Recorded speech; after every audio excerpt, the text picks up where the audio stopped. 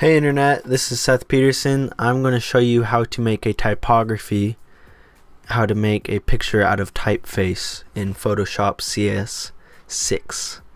So first we're going to do an overview of my project and then we'll get into the how-to. So if you want to skip right ahead to the how-to, that's fine. You can click right here and it'll bring you there. So let's get into the overview.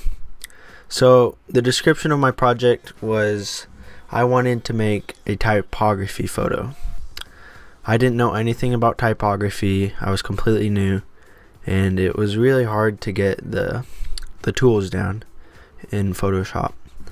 So I'll show you what my inspiration was. Here it is. That is a picture I got off of Reddit. Let me see who made it real quick. Photo credit goes to user ARNU. So thank you for him. So with that in mind, I want to show you my picture. Here is my final picture and here's my original. So I think it came out really well. It took a lot of time to get it done. So in Photoshop there was multiple tools I used. There was clipping mask, masking, folders, paths, text, and I think that's about it. But it takes a lot to learn how to use paths because they're a pain in the butt sometimes. So my plan was I would pick out my project in the first week and learn the tools, which actually ended up taking the entire 4 weeks. I'm still learning as I do it.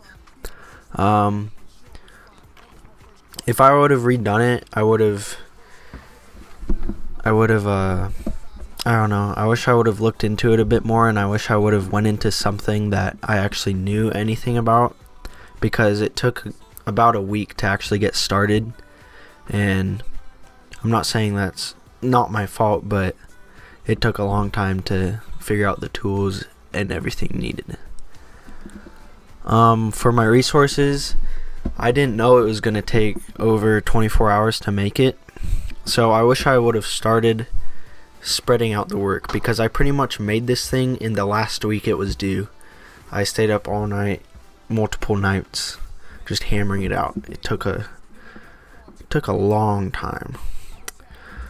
So for my overview, what would I do differently?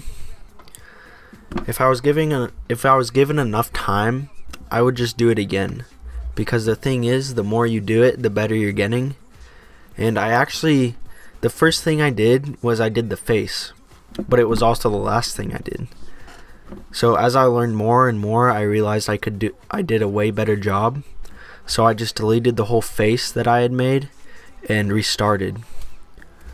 So if I had enough time, I would just redo the whole thing, and I'm sure it would look twice as good as it does now, because it just takes practice. I don't know. The more you do it, the better it gets. As you can tell, I started with the face, which I deleted first, and then I worked on the hood, and then I worked on the quiver over here, and then last but not least, I did the neck, and then the shoulder, and as you can tell, I did the face last because it's the best. It took a lot of time, especially the eye. That's my favorite part. So that's my overview. The hardest part was, once again, learning the tools. That took a long time. And the hardest part was the time commitment as well. So we're going to get started with the how-to video. Thanks for watching.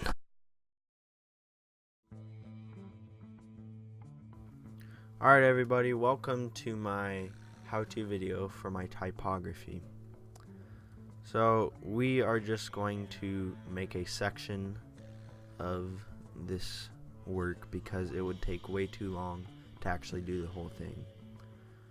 So one thing I want to emphasize at first is you want to group your text and your paths in folders.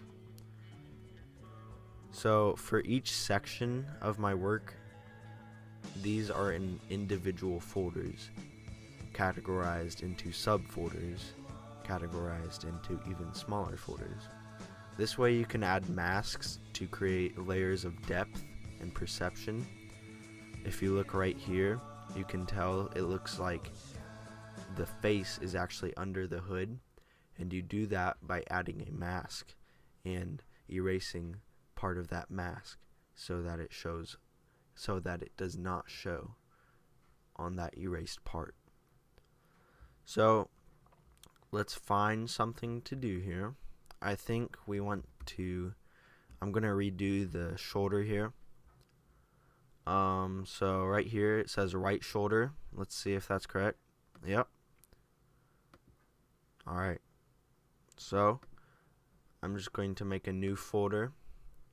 Title it right shoulder. Misspelled right, but that's okay. So this is called a clipping mask, but I'll get into that later. So you want your text to be above the actual picture so you can match the contours of the picture. So this is called the path tool. Over here on your sidebar, it looks like a little pen. First, you're going to want to create an anchor point and then an anchor point at the end. And then in the middle, your cursor will turn to a plus. That adds another anchor point in the middle. While holding down Command, you want to click it and drag it. See how it arcs? That's good. So I usually do one in the middle. Let that go. Add another anchor point and just keep manipulating the path until it matches the contour. Now this is going to be pretty rough because I don't have a lot of time and I want to get this over with. Another thing is, see over here how it looks like my text is actually going off the page? That's because I want it to look like there's more to the picture, but it's actually not being showed. So what you want to do to create that effect is to drag your path off of the work frame. I'm not sure what that's called a little bit. So see that? That will create a sense of completeness to the work. So then you want to grab your text tool once your path is created, and when you hover your path tool, your text tool, over your path, it will turn into a cursor marker with a little curved line through it. So where you choose to click on this path actually does matter, because that's where your text will start. And one problem I had with using this, sometimes it won't let you enter text on that path because you are near other text. So what I usually do is just turn off all the other text to ensure that I can enter text on that path. So I'm going to go ahead and enter it. I usually like to work with around 4 or 3 sized of text, and I used quotes from the show Arrow, but I am just going to type in some random stuff. So once you have your text typed in, you want to review your text, and you want to put the text that you just created above so it's visible. I'm not sure why it's not working. Okay guys, I finally figured out why it's not working. It's because I made a huge word. So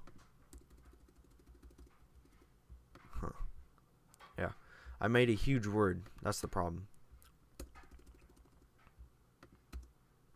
See how if I add one more character, then this word will be too big for the path and it will drop off the edge. So that's another reason for making your path a bit longer, is because sometimes you will get a word or a few words a bit too long for the picture, but if your path is long enough, then it'll show. So another thing I want to show you is the path selection tool. So as you have your text selected in the menu, you want to go over to the paths sidebar menu over here, and this is not default visibly. I think you'll have to enable it in the paths, or in the view sidebar. So once you have that done, as you have the path selected in the path sidebar, you want to go over here to the path selection tool just below the text tool, and this will enable you to choose where your text starts. You can flip it upside down, you can do a lot of stuff. So I'm just going to drag it over here to the end. And as you can tell, if this was an actual word or a sentence, it would create a sense of completeness to the work. So basically you just want to keep doing that over and over and over again. I'm not going to do it because I'm running out of time.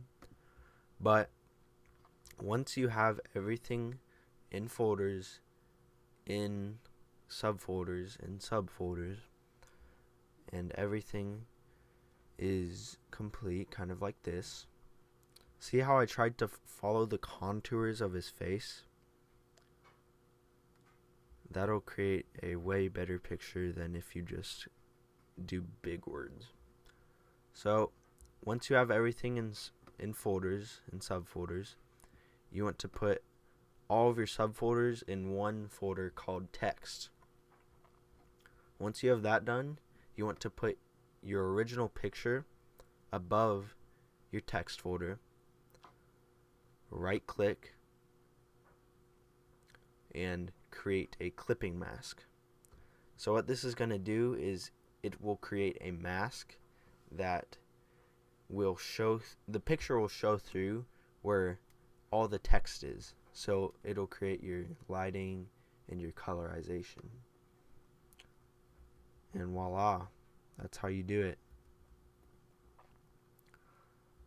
As you do it more and more, you'll just get better. It just takes a lot of practice. And I use the idea of bigger stuff is closer. So see how there was a shadow in his nostril? I went with the smallest text I could make to create a sense of depth in there, along with his eye. I made that extremely detailed.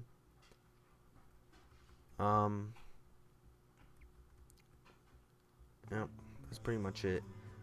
You can definitely tell with the neck, because I wanted to make it look like it was farther away, which it was. I made the text smaller on the neck than it would be on the face, and I made the hood bigger than it would be on the face, and I made the arrows bigger than it would be on the hood, although those are farther away. So thanks for watching, guys. I really appreciate it. Please subscribe to the Vision Tech channel if you want to see more. Thanks.